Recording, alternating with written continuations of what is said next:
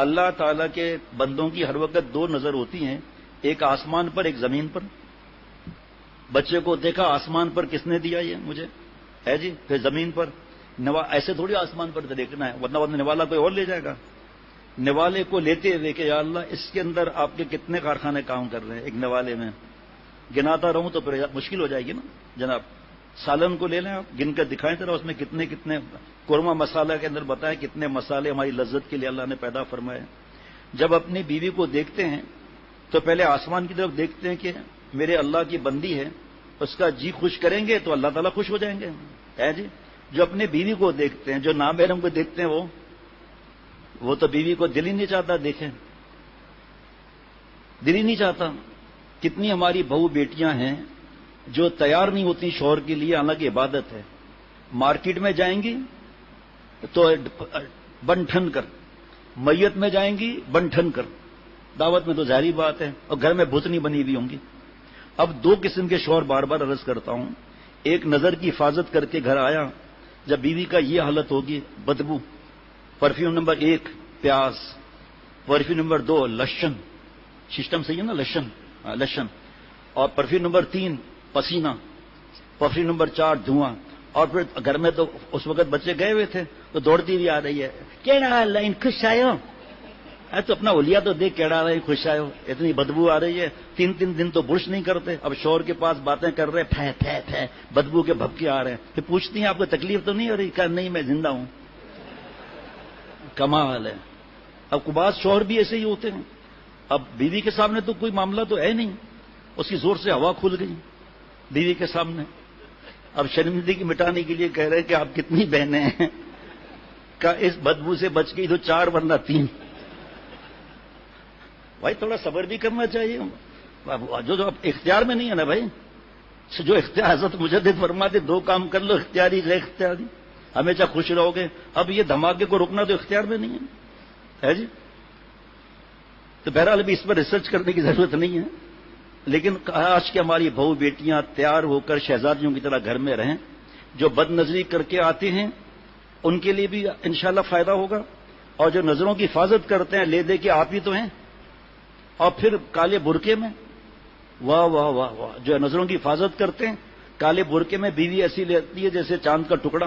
14ویں کا چاند ٹکڑا تو تھوڑا ہوتا ہے، معافی چاہتا ہوں غلط کہہ گیا، زبان شلپ ہو گئی ہے جی. 14ویں کا چاند ایسا، کیونکہ بد نظری نہیں کرتا تو اس کو بیوی ایسی نظر آتی ہے جیسے کالے بادلوں میں 14ویں کا چاند. اب آپ بتاؤ. اور پھر کہے گا بھی اسی وارے تارا گوڑ تارا، دیا جو چمکو ہوتا رات جو ٹمکو ہوتا. اب جو آگے ہے جی، لیکن کیا بولنا بھی نہیں آتا، بیوی کی تعریف بھی کرنا نہیں آتی، اور اس کے کپڑوں کی تعریف کرنا بھی نہیں آتی. وہ نیا جوڑا پہن کے کیسی لگ رہی ہوں، اچھا ہے لنڈا بازار سے خریدا ہے. بھائی یہ چیزیں سیکھنی چاہیے، اور سرٹیفکیٹ لا کر شیخ کو دکھانا چاہیے. بعض لوگ تو بیوی میں تڑیاں مارتے ہیں، 8 سرٹیفکیٹ لاتے ہیں، دیکھو بیوی کو یہ نہیں ہے. ہاں اس میں انداز رائٹنگ سے پتہ چل رہا ہے بہت خوش ہے. بعد میں جو ہے نا ایسا بھی بنا ہوا ہوتا ہے، لکھا ہوتا ہے کیا خیال ہے نظر نہ لگے. دوستو یہ بتاؤ، اگر آپ کی بیٹیوں پر ظلم ہو جائے تو تعویذ مانگتے پھرتے ہو یا نہیں؟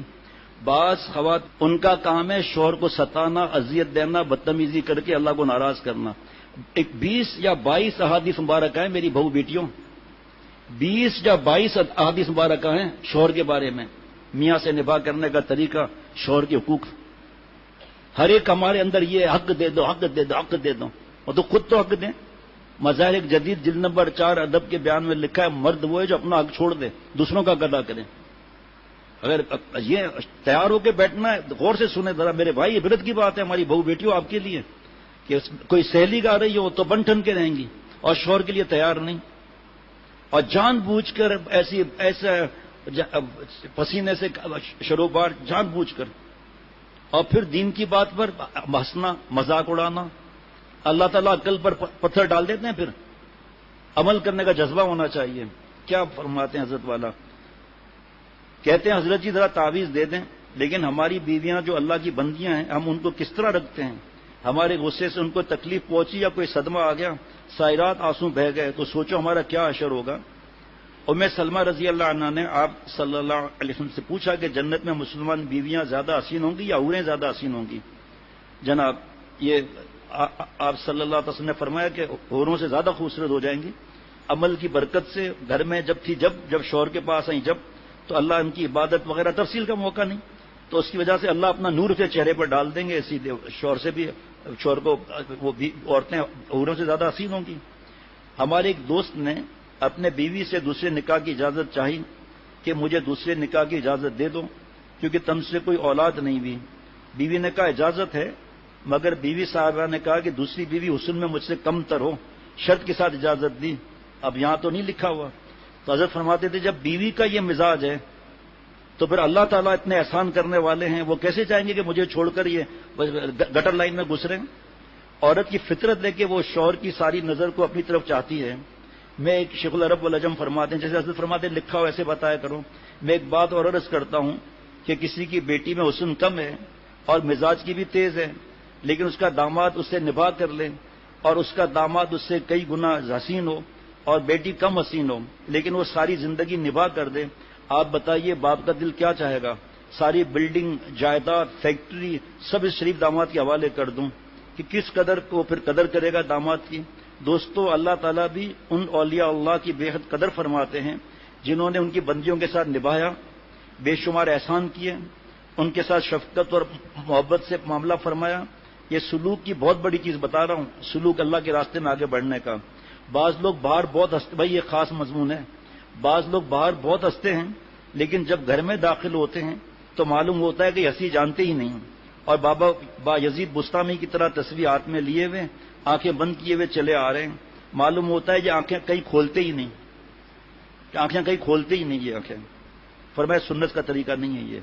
اور پھر بہو پر غصہ ہونا, پوتے پوتیوں نواسیوں پر غصہ ہونا, یہی جو آدمی بہو کے ساتھ ظلم کرتا ہے اپنے بیٹی کے ساتھ بھی کرے نا. آپ کی اور ہماری بیٹیوں میں کوئی کمی نہیں, کوئی گناہ نہیں, کوئی اخلاق کے بدتمیزی, ان سے کیوں ایسا رویہ؟ اور پھر ساس سسر کو اجازت ہے ذلیل کرنے کی, ساس سسر کو اجازت ہے. اور پھر معافیاں مانگنا, ارے اب معافی ایک بار دو بار, اللہ تعالیٰ سے تو بار بار ہر وقت ماشاء اللہ. لیکن یہ کون سا طریقہ ہے اخلاق خراب کر کے؟ اصل میں اصلاح کراتے نہیں ہیں اور بم بنے رہتے, پھر بم پھٹ جاتا ہے. کس طرح بد دعا لیتے ہیں, اولاد بھی ان سے دور ہٹ جاتی ہے کہ یار بیوی کا مسئلہ کیا ہے جو ابا اتنا ناراض ہو رہے ہیں. شریف اولاد منہ سے بولے گی نہیں, محبت میں کمی آ جائے گی. اور بعض لوگوں کو تو بیوی کی غلطی بھی نظر نہیں آتی, نظر آ گئی تو منہ پھاڑ دیتے ہیں, بھائی بات کا مسئلہ نہیں ہے, بعد میں نہیں بول سکتے. لیکن اتنا غم ہوتا ہے کہ باہر باجزید بستان سب سے مسکرا کے آئیے پرچون کی دکان ہے, رات کو جا کے بیوی سے کہتا ہے بیگم صاحبہ ذرا زیتون کے تیل کی مالش کرنا. کیوں؟ کا مسکرا کر جبڑے دب گئے, ذرا مالش کرنا. اور گھر میں سنت سمجھ کے مسکرا کر آنا, یہ سب ان سے نہیں ہوتا, ان ظالموں سے. اور بدتمیزی, شور شرابہ, پاگل ہو جاتے, ایسا کرو. وہ حضرت مفتی طیب صاحب دامت برکاتہم تشریف لائے تھے محتمم جامع امدادیہ فیصلہ آباد. فرمایا آج بھی ہماری بہو بیٹیاں کیسی بھی ہیں لیکن خدمت کرنے کے لیے تیار ہیں, لیکن محکوم بننے کے لیے تیار نہیں ہے کہ ذرا سی بات یہ کیوں کیا. تم کون ہوتے ہو دوسروں کی آزادی میں دخل دینے والے؟ تمہیں کس نے پتا؟ اپنی اصلاح کراؤ. گھر کو جہنم بنا کے رکھا ہوا ہے.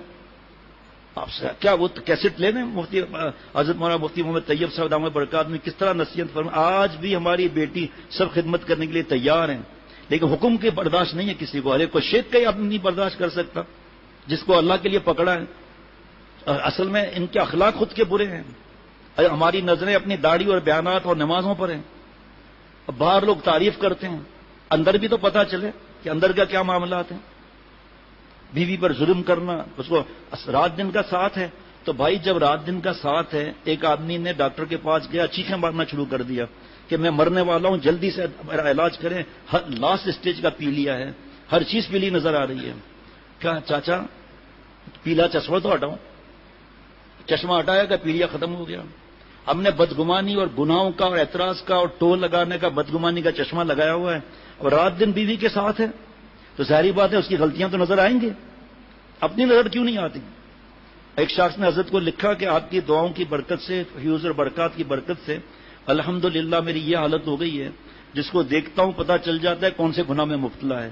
حضرت ناراض ہوئے کہ بیوقوف, مومن کا آئینہ ہوتا ہے, تجھے جو اس میں عیب نظر آ رہے ہیں نا تو اس کی اصلاح کرا لیں. تو جناب یہ آنکھیں کھولتے ہی نہیں، بازے داخل ہوتے ہوئے مثل فرعون کی آنکھیں چڑھائے ہوئے. ذرا سننا، میں نے پہلی دفعہ سنا ہے یہ.